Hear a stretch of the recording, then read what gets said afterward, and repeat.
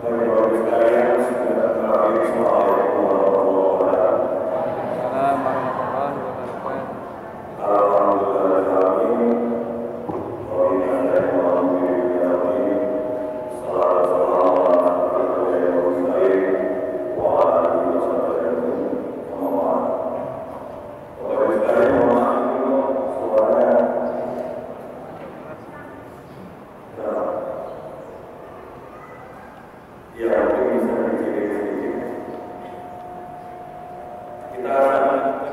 Mohon maaf kalau suaranya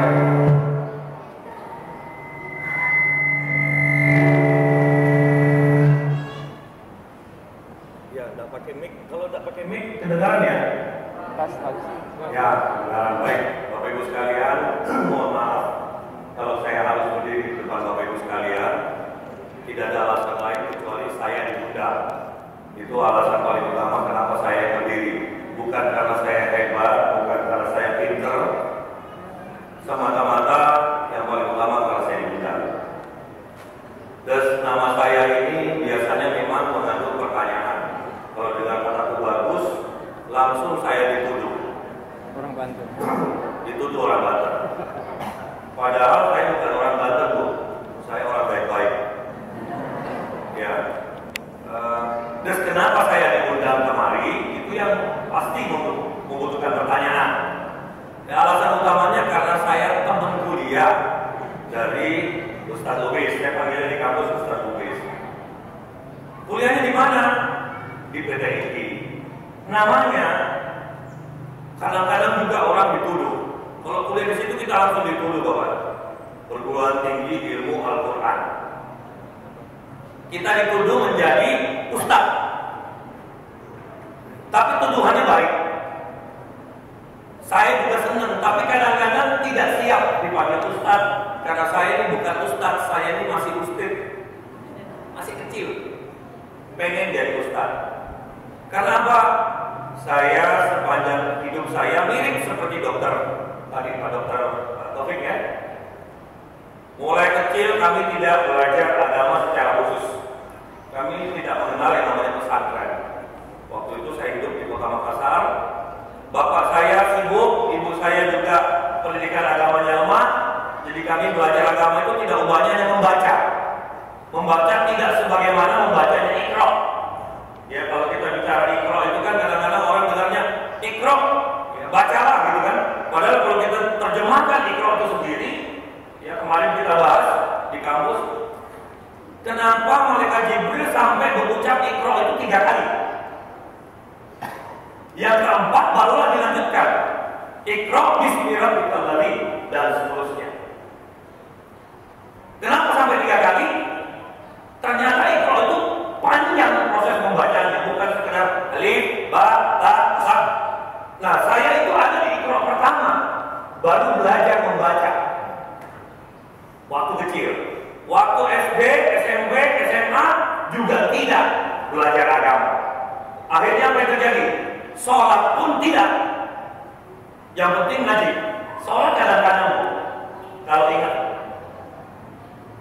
Kuliah, saya kuliah S1-nya arsitek. Nggak berkaitan lagi dengan agama. S2 saya di bidang entertainment communication. Nggak ada kaitannya juga. Karena ini saya takut mati, Bu. Nanti takut mati sarjananya tidak ada yang agama. Kenapa saya kuliah di PTII ya begitu. Jadi saya ambil ilmu tafsir Quran karena pengen belajar selamat. Jadi waktu saya tes itu, Bu, Bapak, lucu. Sudah ada di jantung saya bakal nggak diterima.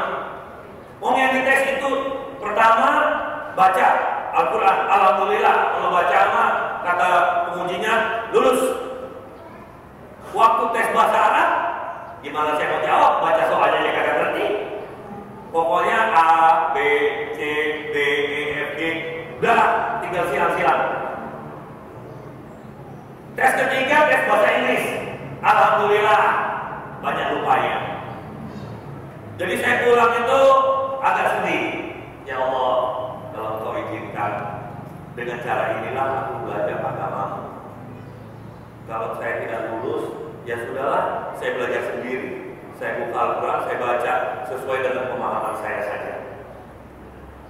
Tapi lucunya dapat telepon, Bapak selamat, Bapak diterima di PT. Wah, saya bilang ini dasar apa saya diterima? Saya yakin itu dasar dari doa saya sendiri. Sebagaimana itu yang saya mau bahas pada hari ini tentang motivasi pola pikir. Lagi-lagi saya minta maaf Bapak Ibu sekalian, bukan saya sok jago mikir, ya, tapi saya pengen sharing saja.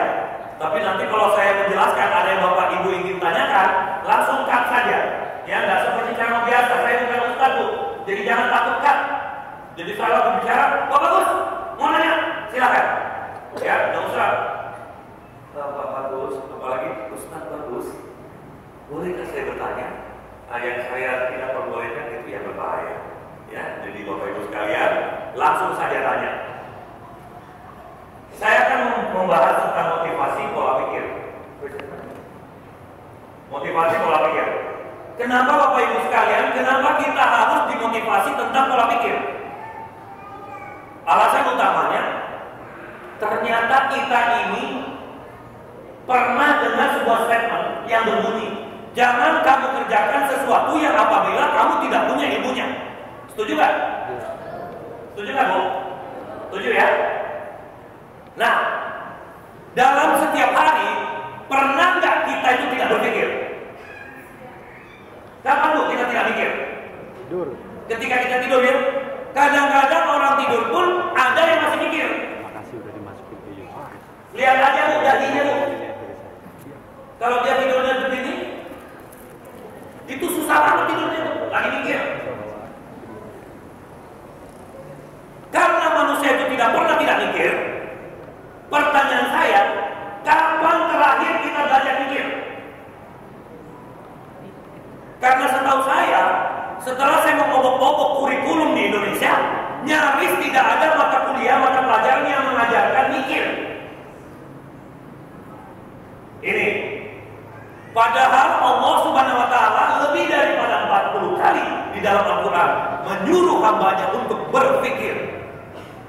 Kepada hambaku yang mau menggunakan akal pikirannya, kepada hambaku yang mau berpikir, sehingga dia mampu melihat tanda-tanda yang kuberikan.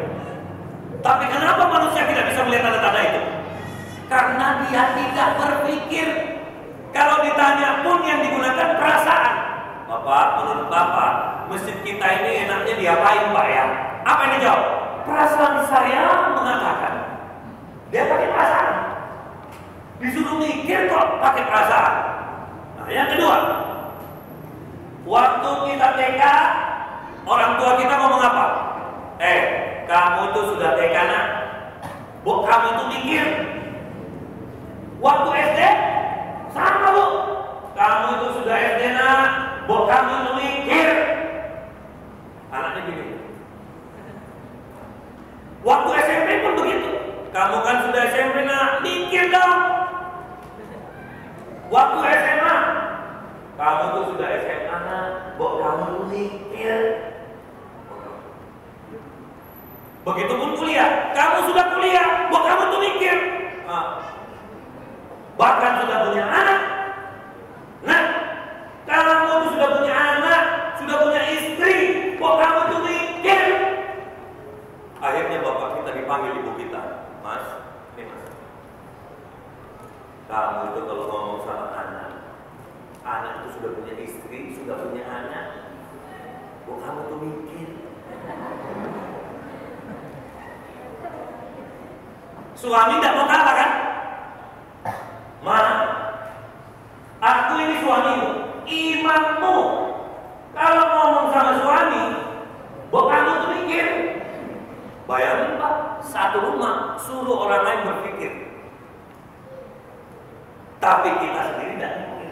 Jadi kalau ditanya Pak, kadang-kadang kita ini kehidupan sehari-hari ini aneh. Katanya sudah Islam, sudah beribadah.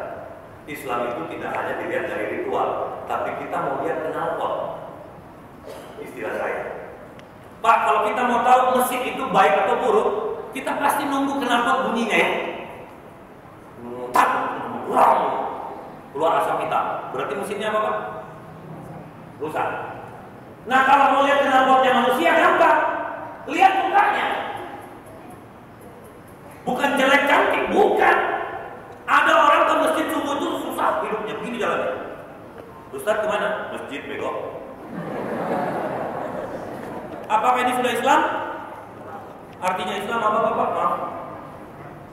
Selamat. Apakah orang selamat? Bukan yang begitu. Ada ilmu agamanya lebih tinggi, tapi mukanya ini.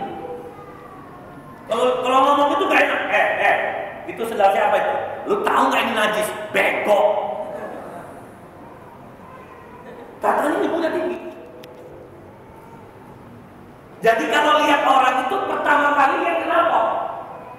Kalau dia katakan dia itu muslim, lihat wajahnya. Kalau wajahnya indah, muslim itu. Jangan lihat KTP-nya Pak, jangan lihat sholatnya. Ada yang orang sholat diancam oleh ayat, maka celakalah orang-orang yang sholat. Yang mana Bu? Yang lalai.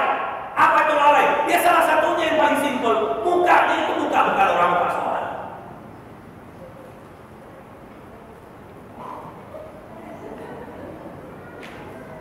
Tidak mau senyum. Ditanya, Pak, kenapa Bapak tidak bisa senyum? Ya memang muka saya begini. Enggak. Bapak yang tidak mau senyum. Wah bagus, nanti kalau saya senyum-senyum dipikir orang gila. Dalilnya dari mana? Yang tertawa sendiri itu gila. Senyum itu wujud syukur. Jadi sekarang Bu, mau di busway, di mikrolet, senyum aja Bu. Kenapa Pak senyum? Jadi kalau sebenarnya Bu, Ibu mulai tadi saya lihat senyum-senyum sendiri. Ada apa? Saya nggak sendiri Mas. Saya bersama Allah. Saya nggak pernah sendiri. Saya senyum kepada para malaikat. Loh enggak, saya mau tanya Bu, Ibu senyum di mikrolet kenapa? Ya karena kaki saya Bapak injak mulai tadi. Ini dasar-dasar. Jadi jangan kita ini tidak senyum karena merasa sudah tua. Karena banyak orang begitu. Kan gue udah tua. Jangan gitu. Belum lagi kalau punya sarjana. Wow, sudah S3. S1, jalannya di mana? Kenapa? S1. Kalau S2, naik dikit punya. Kenapa? S2. Kalau S3 Pak? Semua orang ditabrak. Ya, sedikit-dikit bodoh, bid'ah, fitnah, sesat. Ini kata Rasulullah. Kalau ada orang berbicara yang keluar dari mulutnya tuduhan, fitnah, caci makian, itu orang yang ciri khasnya setengah ilmunya. Ini kata Rasulullah. Tapi kita kadang-kadang hati-hati tuh bid'ah aja. Itu sesat, itu ini, itu. Kayak dia ngatur. Ada lagi, seperti dia itu temannya Allah. Kenapa saya katakan begitu? Dia yang menentukan orang masuk surga atau neraka. Neraka tuh. Neraka tuh. Wah itu neraka tuh. Lu paling dia. Ini yang kadang-kadang orang lupa tentang berpikir itu. Ya, jadi ibu-ibu sekalian. Namun saya minta maaf, materi saya ini biasanya disampaikan 2 hari. Saya diberitahu Pak Lubis, Pak Bagus 1 jam. Waduh, kadang-kadang 1 jam kalau saya salam doang. Sudah itu habis. Jadi mohon kalau waktunya habis saya nikah. Dan ini tidak perlu habis. Yang penting kita sudah pernah bertemu karena kita ini prinsipnya bersaudara. Ya. Dan saya ini sudah lama merindukan Anda. Karena kita ini kan disebut bersaudara ya. Sudah lama saya merindukan Anda. Sejak kapan? Sejak kita sama-sama dilahirkan. Baru hari ini kita ketemu. Bayangkan aja kerinduan itu. Ya. Nah, kita mau nggak? Kenapa manusia harus dimotivasi? Pertama, manusia tidak bisa lari dari kehidupan. Kenapa? Kenapa Pak? Karena masih hidup. Jangan melompat Pak. Ya, jawab aja langsung. Karena masih hidup. Ya. Tapi kenapa kok kehidupan kita ini sering kacau? Karena komunikasi kita kacau Pak. Lagi-lagi tanya sama diri kita, apa itu komunikasi? Oh Bapak, saya kan orang ekonomi, ngapain belajar komunikasi? Kalau gitu jangan sholat. Sholat itu komunikasi. Kalau gitu jangan doa. Doa itu komunikasi. Kalau begitu jangan menikah. Menikah itu komunikasi. Karena tidak ada satupun di muka bumi ini kelakuan manusia yang bukan komunikasi. Ayo, bingung kan? Akhirnya ngomong sama istrinya nggak pernah enak. Ngomong sama anaknya nggak pernah enak. Karena nggak punya komunikasi. Pertanyaannya, kenapa komunikasinya kacau? Alasannya cuma satu, pasti pola pikirnya kacau. Disinilah ketahuan kenapa Rasulullah itu turun ke muka bumi.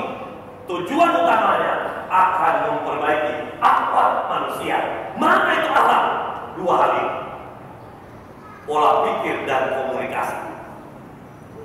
Jadi kalau ada orang komunikasinya bagus sampai menipu, itu belum bagus, karena pola pikirnya kacau. Nah pertanyaannya, kalau gitu Mas Bagus, kenapa pola pikir itu bisa kacau? Alasannya cuma satu, data di otaknya kacau. Bagaimana tidak kacau? Mulai kecil isinya apa? PlayStation. Anak-anak sekarang kan begitu. Bangun tidur PlayStation. Sampai mau tidur PlayStation. Kadang-kadang sih berhenti, pindah ke internet. Game online. Ya, pindah sedikit lah. Akhirnya kehidupannya diisi dengan dua jari ini, Bu. Main bola begini, berkelahi begini, main apa lagi, Bu? Kalau game-game itu, nggak tahu Bu ya, sama Bu. Gini, akhirnya begitu dia dewasa, tetap begini kan? Jadi waktu dia berantem di pinggir jalan, ada yang gangguin dia. Gimana gaya? Ayo, maju dong. Maju. Kalau berani maju. Karena semua hal dia kasih dengan ini. Padahal ingat, Rasulullah mensunnahkan untuk kita punya aktiviti. Ya, ambillah contoh olahraga. Olahraga apa yang disunnahkan Rasulullah? Pertama, berkuda. Berkuda itu tuh apa sih? Biar kita bisa belajar menyelaraskan diri dengan makhluk lain serta gerakannya. Orang kalau tidak pernah naik kuda, pasti dibuang sama kuda kalau dia naik. Kenapa? Orang naik kuda itu belajar menyelaraskan irama. Kuda itu kan jalannya begini, ya kan? Jadi kalau kita naik di atas, kita harus ikut. Tapi kalau orang yang tidak tahu cara menyelaraskan diri, pasti begini, dibuang sama kuda. Makanya kenapa disuruh belajar berkuda? Ada lagi, memanah. Jangan Anda lihat, wih sunnah memanah ya, besok bikin panah. Bukan itu ikrarnya masih ikrar pertama itu, belum ikrar yang ke bawah. Kalau ikrar yang ketiga itu sudah mulai menjalankan emosional pikir. Oh, maksudnya belajar tentang ketepatan sasaran, melihat arah angin. Ya latihan kek, ketepatan, memprediksi dan seterusnya. Itu memanah. Mana lagi? Berenang. Belajar hidup di alam yang lain. Anak-anak sekarang tuh banyak tidak bisa berenang, cuma tahu gaya satu, gaya dada. Jadi lupa di air tenggelam dada. Cuma tahu gaya dada. Apalagi Bu? Bermain pedang. Artinya bela diri. Orang itu harus mampu untuk menguasai ilmu bela diri. Jangan senggol di jalan ditapor, diam aja. Baik Pak. Sabar Pak. Sabar Pak, sabar. Sabar terus. Ya, tapi dipukulin terus. Harus ada perlawanan. Kita lanjut. Mari kita lihat isi daripada kehidupan itu sendiri. Kehidupan itu isinya kepercayaan, cara ibadah, cara kerja, karakter kita, bisnis, sikap, dan lain-lainnya. Itulah kehidupan. Ada orang yang mulai mencap dirinya macam-macam. Contoh, Bapak Gus, saya orangnya memang keras. Dari dulu saya keras. Saya bilang sama dia, Bu, saya udah tahu ibu keras. Dari mana Bapak Gus tahu? Dari muka ibu. Kenapa Bapak Gus? Kayak batu. Bapak Gus, saya memang orang yang kasar. Saya memang orang yang pencemburuan. Lucu, Muslim tapi milih sifat-sifat yang gak enak. Kok gak ada saya ketemu saudara Muslim yang Bapak Gus kenalkan, saya Arman. Sifat saya adalah baik. Saya adalah orang yang baik. Jarang sekali.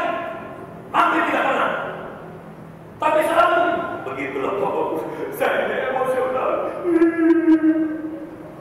Bapakku saya orang yang pencemburu. Selalu memilih yang tidak enak. Saya orangnya keras. Saya orangnya memang begitu, Pak Bagus. Pelupa. Kadang-kadang saya ini lupa, saya sudah menikah atau belum. Saking pelupanya. Siapa Bu yang masih pelupa? Angkat tangan. Siapa Bu yang pelupa? Ibu ya? Sejak kapan Ibu pelupa? Sejak lahir Bu. Semua kita ini pelupa, nggak usah ngomong. Kita ini semua pelupa. Karena Rasulullah mengatakan, bukan lagi manusia kalau dia tidak punya lupa. Semua ini pelupa, Pak. Ayo, siapa yang bilang tidak pelupa dirinya? Saya mau uji. Siapa? Bapak minta maaf Pak ya. Bapak kan tidak bilang. Saya mau uji aja Pak. Bapak 27 hari yang lalu makan apa Pak? Harus lupa Pak. Kalau Bapak ingat, gila. Makanya ada bagian-bagian yang Allah sengaja membuat manusia itu lupa. Ada bagian-bagian yang kita tidak boleh melupakan. Melupakan itu kayak apa? Misalnya, saya kenal sama Ustadz Lubis. Papasan jalan, saya pura-pura gak lihat. Itu namanya melupakan. Tapi kalau Bapakku saya minta terapi, saya pengen melupakan pacar saya. Gak bisa Bu. Mana bisa Ibu melupakan pacar? Gak bisa. Kenapa? Karena ada satu aturan main dari Allah. Boleh jadi sesuatu itu kau benci, padahal itu kebaikan bagimu. Boleh jadi sesuatu itu kau sayangi, kau sukai, tapi itu keburukan bagimu. Jadi jangan mengombang-ambingkan sesuatu yang tidak penting untuk kita pikirkan. Oke, kita lanjutkan. Ujung daripada kehidupan apa Bapak Ibu sekalian? Nasib. Jadi kesimpulannya, kalau di otak kita, dimasukkan data-data yang positif, maka insya Allah nasib kita akan berubah menjadi baik. Tetapi kalau di otak kita dimasukkan data-data yang negatif, maka insya Allah dijamin nasib kita pasti akan jadi buruk. Makanya ada pelajaran Islam yang mengatakan di dalam diri seseorang ada segumpal sel.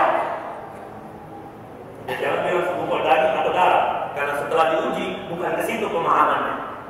Jadi di dalam diri seseorang ada segumpal sel yang apabila sel itu buruk, maka buruklah kehidupannya. Dan apabila sel itu baik, maka baiklah kehidupannya. Apakah itu? Apa itu Bu? Hati. Sekarang saya tanya, apa itu hati? Kolbu.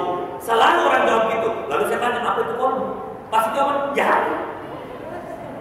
Inilah kata Dr. Taufik tadi, bagaimana kita bisa masuk menjadi mukmin yang baik, muslim yang baik, mukmin yang baik, mukminat yang baik. Kalau kita sendiri tidak mau menerjemahkan. Hati itu bukan ibu tunjuk di sini, salah Bu. Coba tanya sama dokter, buka ini, bisa nggak diimpan data ini? Salah. Di sini cuma ada 2 organ besar, jantung, paru-paru. Apakah dia menyimpan data? Tidak. Jadi hati itu sebenarnya adalah dia menyimpan data. Tetapi debalannya ada di sini. Ingat baik-baik Pak. Jadi kalau saya tidurnya sudah ada ya. Jadi kalau saya kasih gambaran, ya. Jadi pikiran, ya, dan hati, ya, katakanlah seperti itu. Pikiran itu adalah mesin, otak kan. Jadi otak itu adalah mesin, ya. Berpikir itu hidupnya mesin. Kalau hidup mesin, maka keluarlah asap. Jadi sebenarnya knalpot itu adalah hati itu sendiri. Makanya kenapa orang kalau tidur hatinya tidak jalan ya? Karena tidak jalan pikirannya. Kecuali kalau dia lagi mimpi, dia bergetar. Itu lagi jalan pikirannya. Jadi orang yang mimpi itu belum mau otaknya pindah ke theta. Jadi gelombang otak manusia itu beta, alfa, theta, delta. Tidur sejati itu delta, tidak ada mimpi. Tidur mimpi itu theta. Nah, sakratul maut itu di theta. Semua kita bisa mendengar kalau di situ. Alfa arah ngantuk. Biasa kalau kita dengar ceramah kan begitu. Pas itu hilang. Dibangunin Pak. Oh, sudah mulai ya? Bukan, sudah selesai. Beta itu adalah alam pikir yang sadar banget. Ya. Jadi kalau mau lihat in my heart, sebenarnya kalau kita lanjut in my heart. Dan in my heart. Karena ternyata di sini tidak ada debarannya doang. Ya. Baik, Bapak Ibu sekalian, kita lanjutkan. Alasan-alasan kenapa kita harus dimotivasi setiap hari. Satu, mungkin kita tidak pernah belajar komunikasi. Akhirnya komunikasi kita itu selalu merusak orang yang ada di samping kita. Komunikasi itu ada dua yang paling prinsip. Sebenarnya duanya itu banyak. Ya, ada langsung, tidak langsung. Ya, kayak saya ingin sampaikan di sini adalah komunikasi yang dua, tetapi yang bunyi dan yang sunyi. Yang bunyi banyak kita salah juga. Apalagi yang sunyi. Sunyi itu ini gerakan badan, Bu. Jadi kalau ditanya, Bu, tanya sama orang, Ibu, apakah Ibu bahagia hidupnya? Dia jawabnya lucu, bahagia. Kenapa? Coba lihat, Bu, apakah ini wajah orang bahagia? Bapak, apakah hidupnya bahagia? Bahagia? Saya mau syukur ini, Mak. Oh ya, ini bohong nih pasti. Kenapa saya berani mengatakan bohong?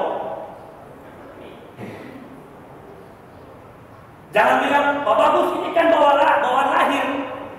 Pertanyaan saya, kenapa kau bawa? Kalau itu buruk.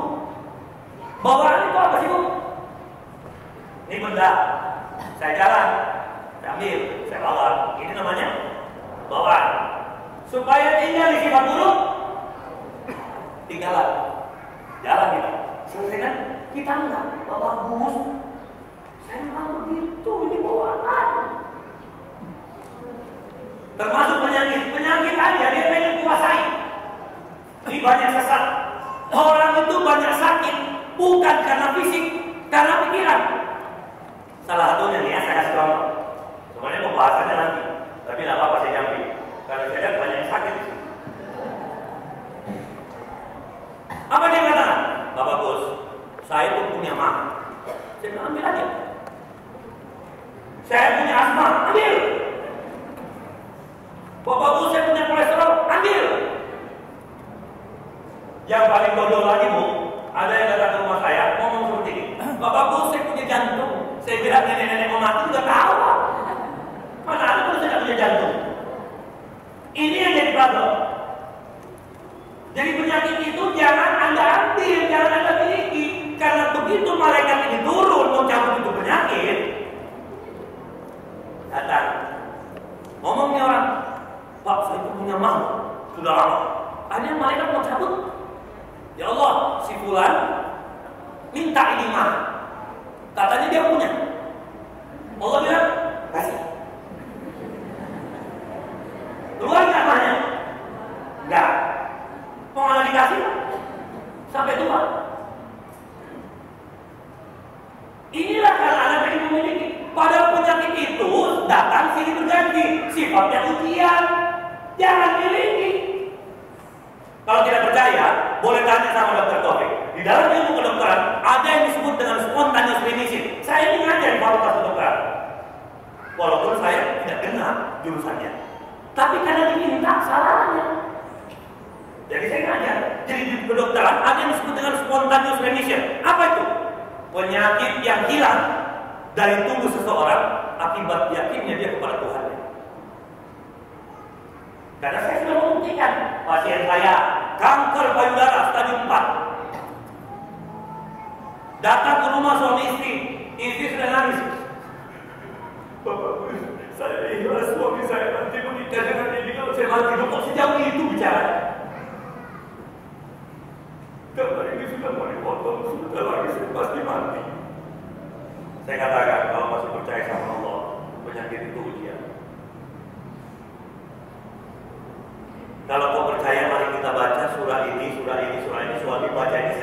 tahu baca ini. Apa terjadi? 2 hari kemudian, maaf nih, payudaranya pecah. Dibawa ke dokter. Dokternya bingung, kok belum aja bisul. Padahal 4 orang bu, 4 orang dokter sudah memvonis stadium 4. Ada lagi mahasiswa saya ketabrak di pinggir jalan tuh, ketabrak, mau dibelah kepalanya sama dokter. Saya bilang jangan, dibelah aja 60 juta, belum perawatannya, di baru belahnya belum kembalikannya. Kalau tidak balik, besok begitu selesai jalan begini bu. Siapa mau nanggung? Apa yang terjadi? Saya tanya sama dokter, Pak dokter, ini kenapa kalau tidak dibedah? Sebelum 24 jam, saya bisa pastikan meninggal. Wih, hebat nih dokter, temannya Tuhan. Kalau tidak di operasi gitu ya, orang tuanya datang. Saya bilang, Pak, Bapak punya uang 60 juta. Buru-buru Bapak 10 juta aja susah. Oke, kalau gitu kesimpulan kita, bawa pulang ini ada. Kalau memang mau berdendam, meninggal ya meninggal. Kalau enggak, hidup, kita doa sama-sama. Apa terjadi? Sekarang udah lagi kemana-mana. Malah kemarin, sebelum ditabrak, pendengarannya memang agak kurang. Setelah ditabrak, mulai membaik. Jadi kalau ibu pendengaran kurang bagus, mampir pun di jalan. Kali-kali dia mendong, dia sembuh. Ya, seperti itu. Jadi tidak ada keputusan Allah yang buruk di muka bumi, kecuali orang yang tidak menjalankan perintah Allah. Lalu dia katakan, saya mau pasrah kepada Allah. Mana ada? Pasrah itu nggak boleh. Yang boleh ikhlas. Ya, kita lanjutkan. Tidak saja komunikasi itu kerja otak. Itu kerja otak bu. Makanya orang kalau kita mau ketemu itu kita lihat dulu kan. Ya, lihat dari mana. Nanti aja. Kadang-kadang seperti itu. Nah, ada lagi orang yang komunikasinya itu terbalik dari kenyataan. Semisal saya ke rumahnya Pak siapa? Pak Muhasan. Saya datang ke rumah Pak Hasan aja lah ya panggilnya. Saya datang ke rumahnya Pak Hasan. Pak Hasan, boleh nggak minta tambahannya? Lalu Pak Hasan bilang gini, ambil. Woi, ambil. Woi, kita lari kan? Lu kok lari? Saya bilang ambil. Apa yang salah Pak? Apa yang salah? Kata-katanya sudah benar ambil. Mukanya itu sama vokalisasinya. Jadi kalau kita belajar ilmu komunikasi sebenarnya sudah diatur dalam Islam. Ada struktur komunikasi yang namanya 3V.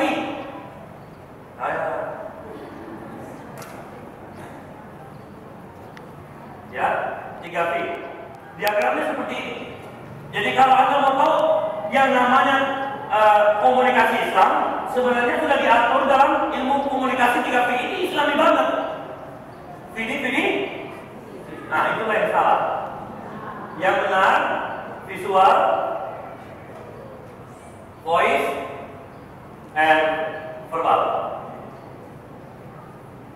Kalau saya terjemahkan dalam bahasa tafsir, Al-Quran itu kalau disimpan di rumah itu nggak ada apa-apanya. Tapi kalau sudah mulai Anda kenal kata-katanya, dia mulai hidup 7%.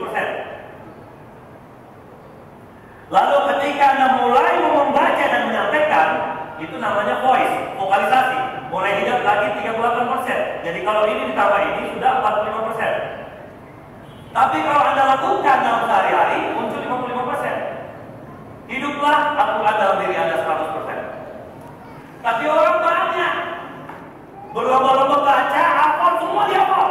Kelakuannya lihat, mukanya lihat, semua dia hafal. Kita ngomong aja dia tahu, ayatnya, hadisnya dia tahu. Saya bilang untuk apa itu semua kalau tidak kau lakoni?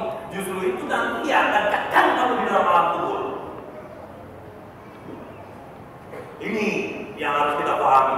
Jadi Islam itu tidak hanya sekedar kita datang sholat, makanya diancam dengan lalai.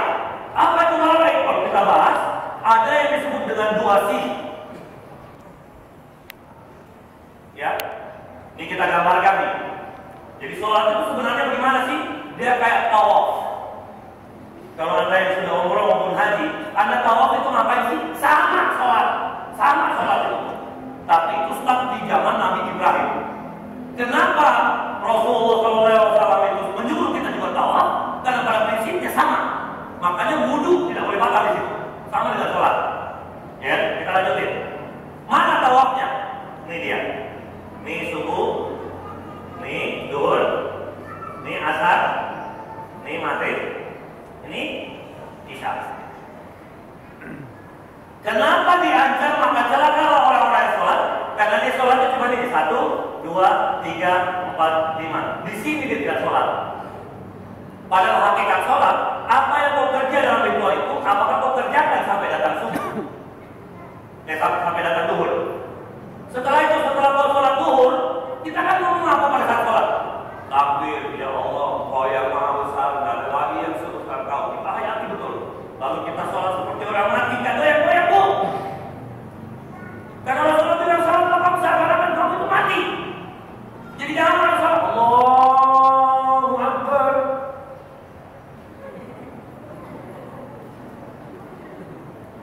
Ini banyak. Belum lagi ke masjid pakai baju yang ada tulisannya di belakang. Ya kan? Jadi orang takbir menyebut Allah Akbar, tapi di otaknya Allah Gerindra. Pakai siapa? Allah Nasdem. Allah P3.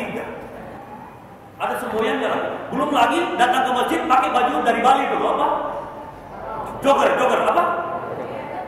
Baju pos kata-kata dibaca. Allah dibaca. Sambil baca Al-Fatihah. Bismillahirrahmanirrahim. Alhamdulillahirabbil alamin. Yang dibaca Al-Fatihah, tapi otaknya baca Jogger. Coba lo, distorsi pikir itu sendiri. Nah sekarang, kalau kita sholat, kalau kita buat gambaran energi, apa yang terjadi pada tubuh kita? Itu berangkat energi kepada Allah. Kenapa terpotong-potong energi kita? Ya karena nggak nyampe bu. Bapak pernah nggak dengar radio? Pernah nggak ya dengar radio ya? Coba Bapak putar satu radio, Bapak berangkat dari Jakarta ke Bandung, masih terdengar nggak? Enggak, jangkauannya cuma Jakarta. Ada orang sholat bu, jangkauannya itu ya cuma berapa senti dari tubuhnya. Nggak ada dengar. Makanya kalau di jalan-jalan semesta nggak enak itu. Karena dia punya pancaran tubuh kecil. Tapi kenapa Rasulullah belum datang saja sahabat tahu? Karena pancarannya kayak apa? Makanya tolong setiap hari perbaiki mukamu, bukan make up. Ya, banyak orang ini wanita ya maaf. Beli bedak foundation yang paling mahal, dipoles. Habis dihapus, digambar ulang. Ya toh? Bulu mata angsa. Sampai manggil bakso aja pakai bulu mata bakso.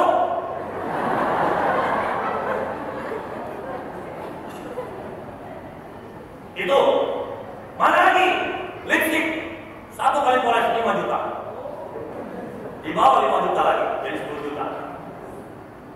Pakai pemerah pipi, apa namanya? Blush on. Tapi karena dua bu, on, jadi on.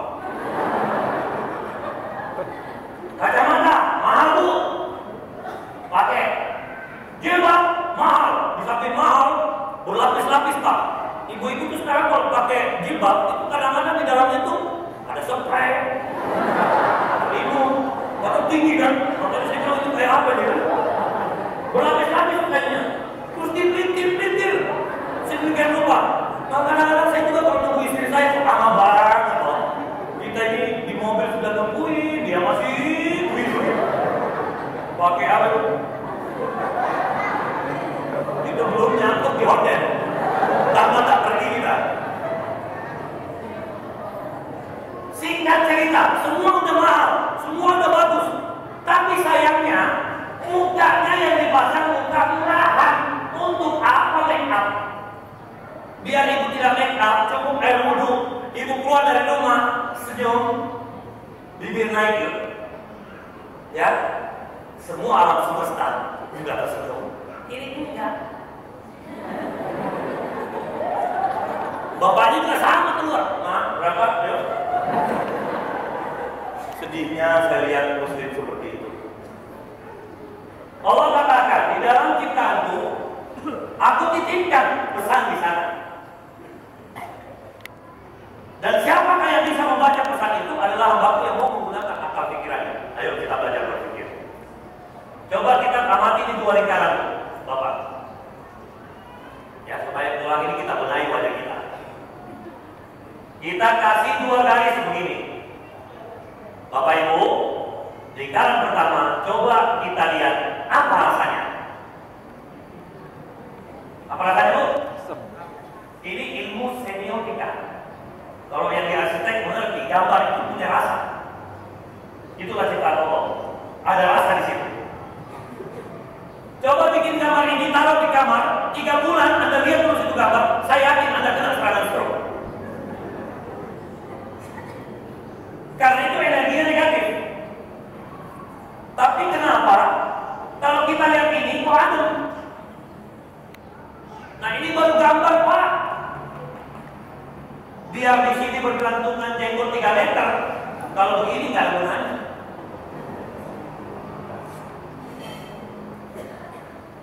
Ini dia kasih jenggot, enak. Jadi Bapak Ibu sekalian, mohon maaf kalau kita mau total supaya orang itu melihat Islam adem, semua mau ngerjain Islam. Ayo yuk kita yang ke masjid dan pulang dari masjid wajahnya enak. Cari sendal hilang. Kenapa Pak? Sendal saya hilang ya? Mahal ya? Ini enggak, sendal kagak hilang, pecinya masih nempel, tapi mukanya nggak enak. Bagaimana mau sedekah? Kalau kita senyum terus, hati adem, mau sedekah itu gampang. Ini enggak, sedekah enggak ya? Sedekah enggak ya? Sedekah enggak ya? Ya karena mukanya lihat. Nanti kita lihat ya, pada saat akhir kita jalankan kota amal. Susah nggak ditarik dompet? Ya, kita lihat, ya. Baik ibu-ibu sekalian, kita lanjutkan. Perubahan era komunikasi sekarang sudah kembali ke zaman Rasulullah. Harus punya simpati. Sekarang semua orang yang komunikasi harus punya simpati. Kalau tidak didengar. Bayangin bu sekarang, orang mau berpolitik harus cari simpati. Dulu saja SBY terpilih gara-gara simpati. Padahal kalau dipikir, kenapa SBY terangkat ya? Padahal dia menteri yang dipecat. Partainya partai baru. Apakah dia paling tinggi jabatannya diambil? Enggak, masih ada banyak seniornya. Tapi kok terpilih? Dia main simpati. Jokowi main simpati. Semua main simpati Pak. Nah sekarang Bapak kalau mau dicintai sama ibu di rumah, ibu mau dicintai sama Bapak di rumah, ayo pulang bawa simpati. Tidur senyum, bangun senyum, Mas ada susu, bangun mau minum apa? Kopi, ada susu. Bapaknya kasih susu. Simpati. Ya, keluar ambil air wudhu, bagus mukanya, sholat pun enak. Dan jangan cuma ini malaikat yang datang, kenapa nih orangnya? Jujur Pak, salah satu penyebab rezeki lari wajah. Karena malaikat rahmat itu sifatnya positif. Nah ada hukum yang namanya hukum tarik menarik. Bapak coba ambil magnet, ya kalau tidak percaya, nggak usah ambil ayat deh. Ambil ayat yang langsung kejadian bumi. Itu juga ayat. Ambil magnet, hancurin, tebelah 2. Setelah tebelah 2, coba Bapak sambungin lagi hari itu. Karena sekali berpisah, putus. Itu bumi. Jadi kalau dia positif sama pasti naik. Kalau negatif positif, tolak menolak. Nah, kita lanjut. Kalau malaikat rahmat itu datang membawa rezeki, dia lihat mukanya, ya negatif. Akhirnya, padahal ibu setengah mati tuh. Bapak cari uang, ibu di rumah mukanya tak enak. Akhirnya rezekinya bapak itu kasihan.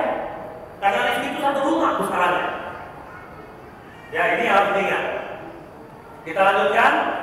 Penggunanya kena dispepsia. Sekarang orang komunikasi itu banyak error tuh. Sama ketika kita sholat.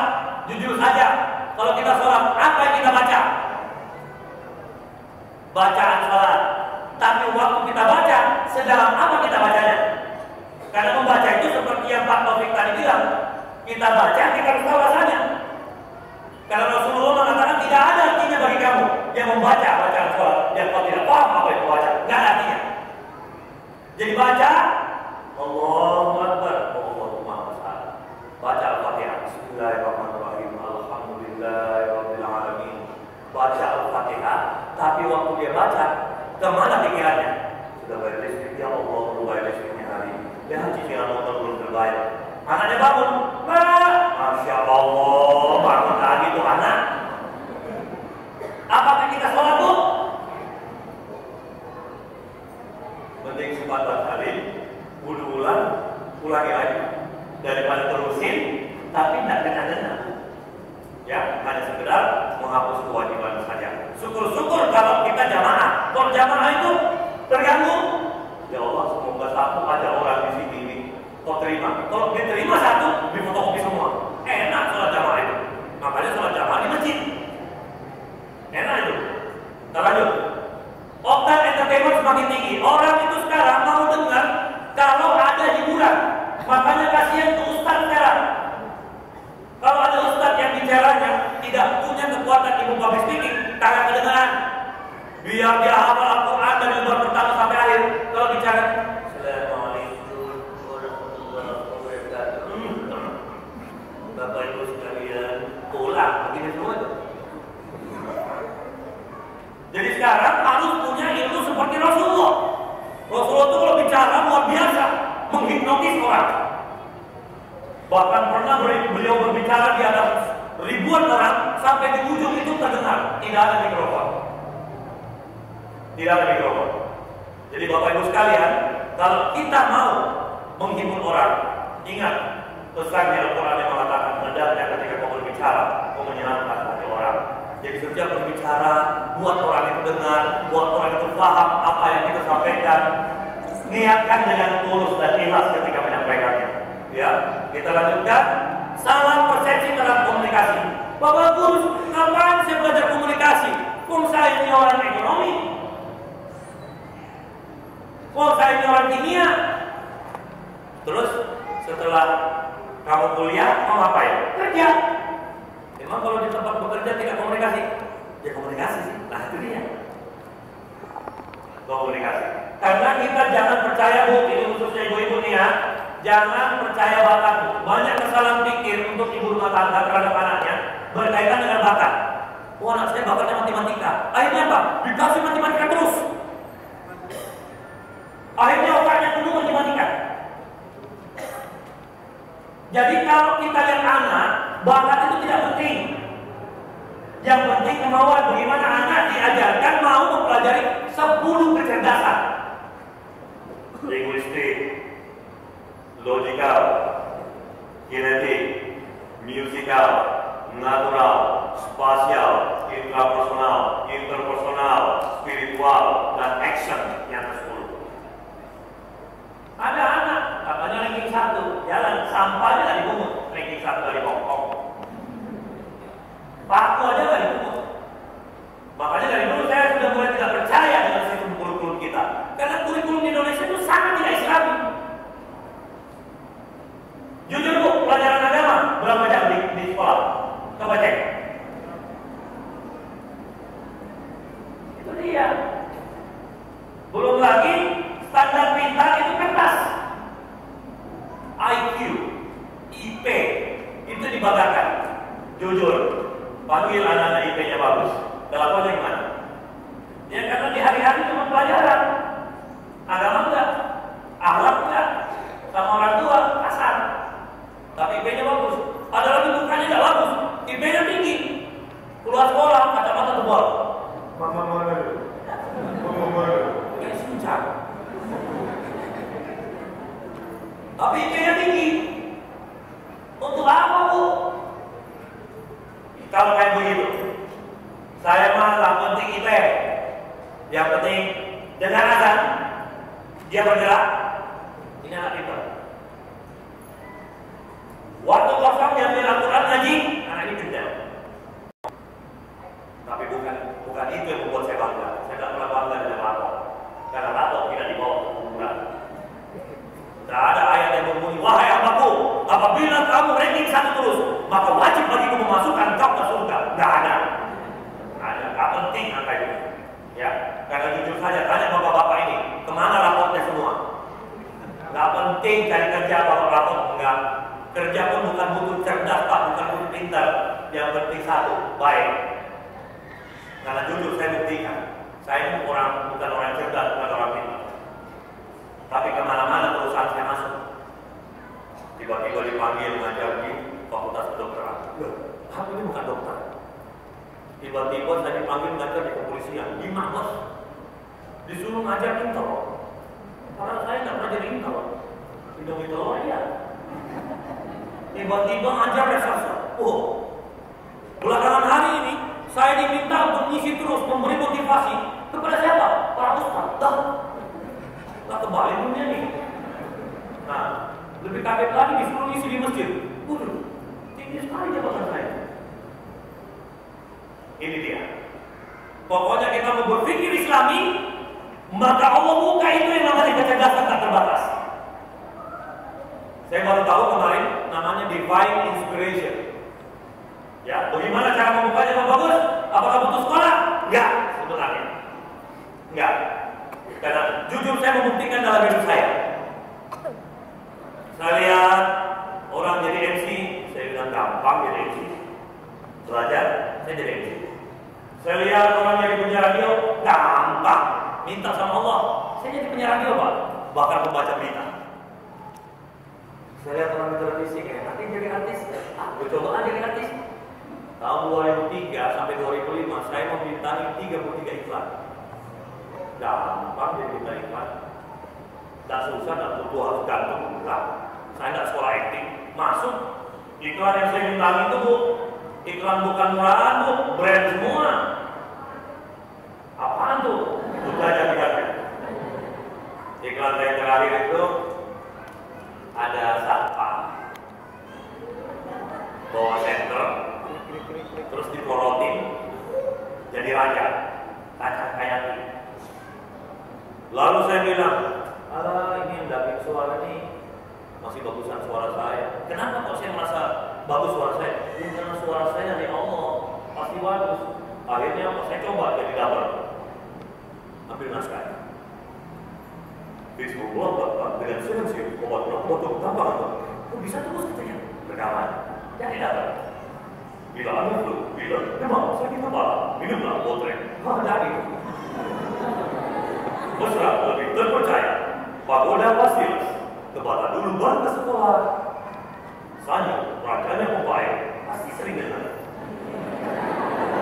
Ya. Termasuk waktu RCTI pertama kali jadi televisi swasta. Banyak saya menghipnotis di televisi. Pernah dengar nggak suara kayak gitu? Diangkat dari nomor Agatha Christie, seorang makhluk jendela. Dapatkah dia hidup di hutan belantara? Saksikan Jumat malam di layar RCTI. Pernah dengar nggak kayak gitu? Belum kan?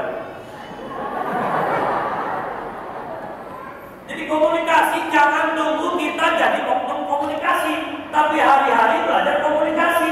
Biar kita mudah buka Al-Quran, itu komunikasi. Muka ini paling penting pak, bu. Banyak orang sebel sama orang muslim, mukanya gak enak, sepet.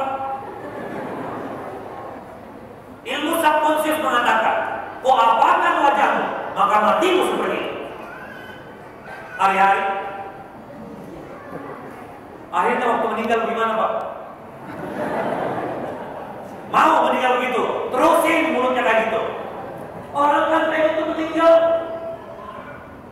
Jadi orang datang nangis karena lihat senyum kita. Pengen banget aku meninggal seperti dia. Ini enggak, dia meninggal. Ini orang mau datang, mau nangis, semua datang nih. Begitu datang, sini pak, kita mau nangis nih. Begitu dibuka-buka, gak jadi nangis.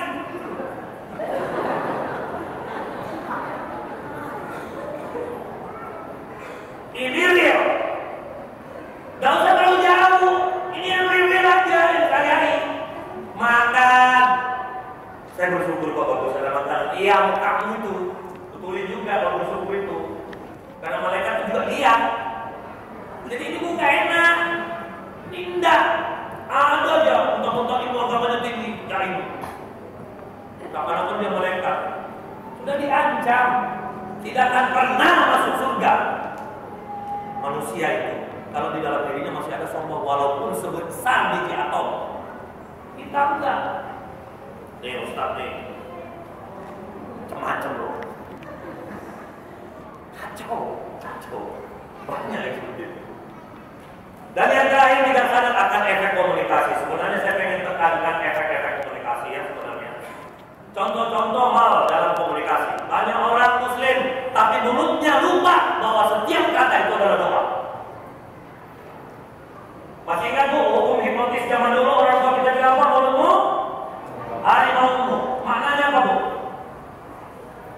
Jangan berkata-kata kalau Anda tidak ingin kata-kata itu terjadi. Kita enggak. Dikit-dikit, kalau lu gak percaya, nih potong. Kalau ibu gak percaya, belum ada lagi. Akhirnya apa? Operasi jantung. Betul. Ada lagi boleh. Wah setengah mati nih, setengah mati. Ujungnya gimana bu? Inilah orang yang terlalu sering ngomong setengah mati. Kan udah dibilang, mulutmu harimaumu, kata-katamu doamu. Jadi ibu-ibu yang sering ngomong capek deh. Tunggu itu, duduk. Capek. Al-adlam. Besok gimana? Muslim kok kata-katanya tidak terjaga. Makanya berbanyak istighfar. Mendatangkan mengundang ketakutan. Semuanya anaknya ditakut-takuti. Hati-hati pohon pisang tuh. Yang banyak difitnah itu pohon pisang, pohon nangka, apa lagi pak? Oh kaget amat pohon pisang yang jatuh. Pohon nangka, pohon pisang itu paling ditakuti kan?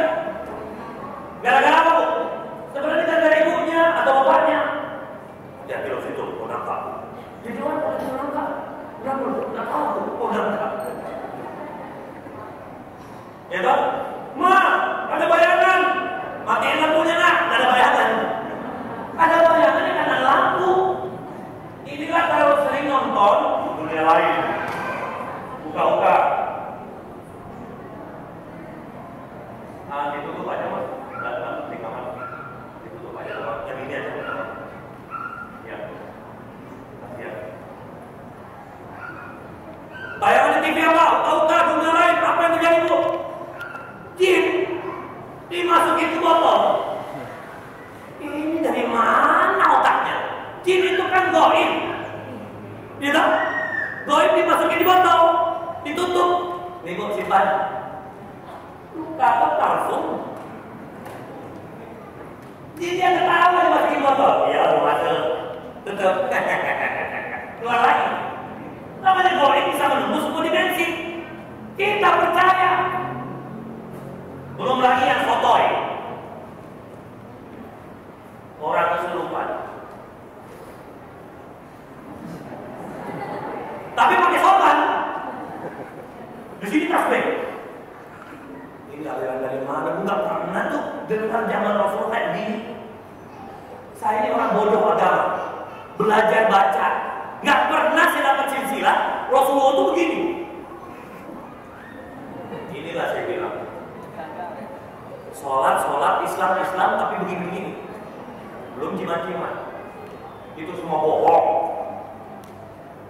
Kalau tidak percaya, saya bisa tunjukin yang namanya sulap. Tapi tolong jangan memfitnah. Kalau hanya sekedar pegang lampunya lah, elah. Di rumah saya nggak perlu dipegang ya lah.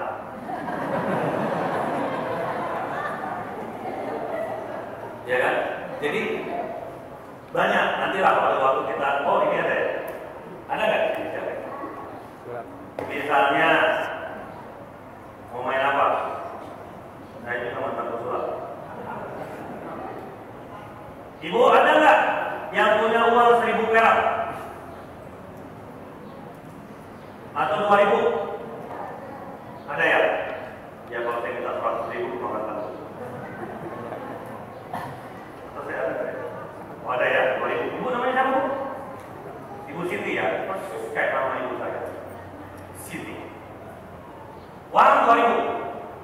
kasus penipuan di Sukabumi. Seorang ustaz mendapatkan keuntungan lebih dari 6 miliar gara-gara penipuan sulap. Ini milik Ibu Siti, diberikan oleh suaminya. Ibu Siti berdoa, ya Allah, jadikanlah 2000 ini mempunyai nikmat yang berbeda. Kalau orang tidak percaya, dia tidak bisa lihat. Karena begitu dia lihat, ya 2000 juga, nikmatnya sama. Jadi harus dilipat lagi, ini namanya ikhtiar. Ya. Terus dia berdoa, ya Allah, jadikan dia minimal warnanya berubah, dikit. Dan kalau dia berubah, ya Allah, kalau berubah juga nilainya, sehingga saya bisa dapat hal yang berbeda. Ya Allah, tadi saya mau beli sayur sudah lewat uang 32.000. Sayur. Sudah berubah uangnya. Jadi uang, jangan percaya. Ini sulap-sulapan, bukan sampai kalian. Sebenarnya ini uangnya siapa? Ini uang istri saya, bukan Ibu Siti. Ibu Siti masih ada. Uang Ibu Siti di mana? Ada di sini. Sini ya, kita ambil.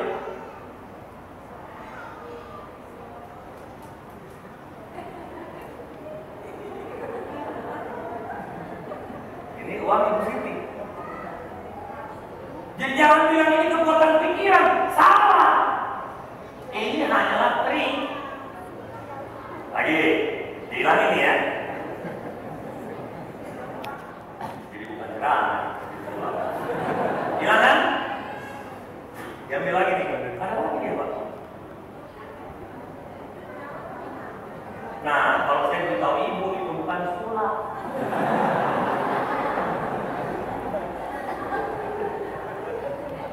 Jadi dia pakai alat Bu, supaya kita tak bodoh, alatnya jempolan. Supaya masyarakat Islam tidak bodoh. Karena Islam itu sangat bermusuhan dengan kebodohan, kemiskinan. Dan musuh Islam yang ketiga adalah konflik. Jadi 3 hal itu kita hindari, jangan sampai bodoh. Sulap, bocorin. Ada lagi yang percaya dengan batu piramida 5 diambil dari mulut saya. Bohong. Itu batu piramida 5. Kalau masukin di gelas, gelasnya nyala. Kalau mau bohongin orang, jadi saya pukul. Ini kebohongan.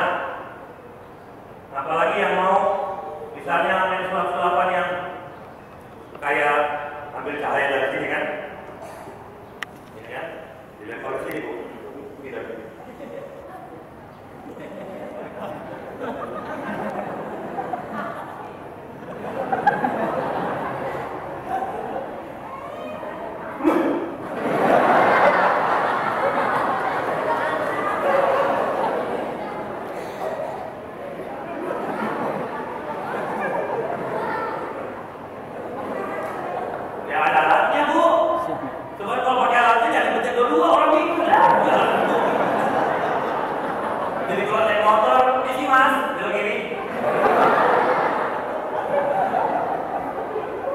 Islam itu jangan bodoh, harus banyak ilmu.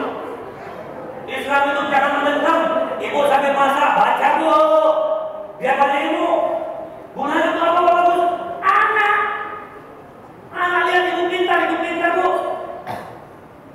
Jadi jangan, bagus mau belajar apa lagi, kita udah tua. Justru tua itu bukan belajar, tarik mati. Ya harus belajar dan seterusnya. Ya, kita lanjutin. Mana lagi? Mendapatkan kembali, mempertahankan daya ingat. Duh, Bapak Guru, saya ini 45 tahun, gak bakal lupa. Yang 50 bilang apa? Apa hari gua 50? Gue ini bingung, pulang lewat mana? Yang 60, sama. Penyakit pun begitu.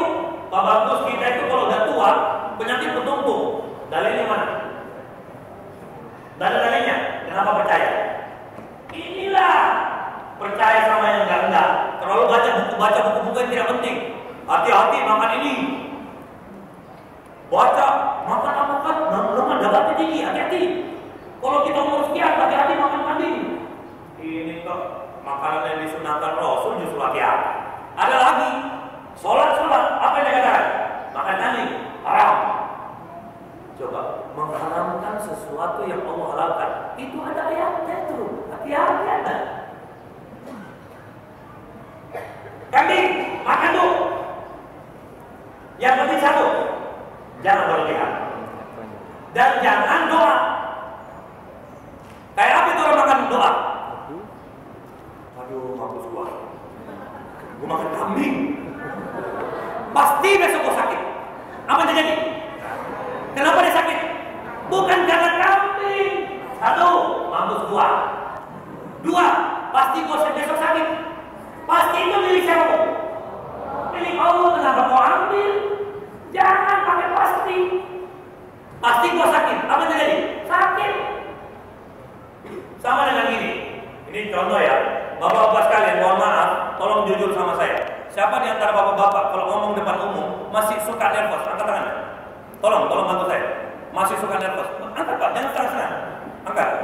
Sekarang saya tanya, Bapak Ibu sekalian, bisa nggak sembuh? Nggak bakalan. Kenapa saya katakan nggak bakalan? Mulut Anda jawab saya. Kan tadi pertanyaannya gimana? Siapa yang masih suka? Jangan bilang. Bisa nggak sembuh kalau orang suka? Nggak bisa. Nanti dia mulai tidak suka baru sembuh. Saya bacakan. Nah ibu ini banyak penyakitnya. Bapak saya itu kalau siang suka pusing, bagus tuh ibu suka. Saya itu suka sebel kalau ngurusin anak-anak, bagus. Saya suka daging nih bapak, bagus. Sukanya semua. Maksudnya kita tuh kan, Bapak saya itu suka bangun tengah malam sholat. Baru sukanya itu. Ini suka pusing, suka marah, suka nervous, suka benci, suka cemburu. Inilah yang salah pola pikir. Ya.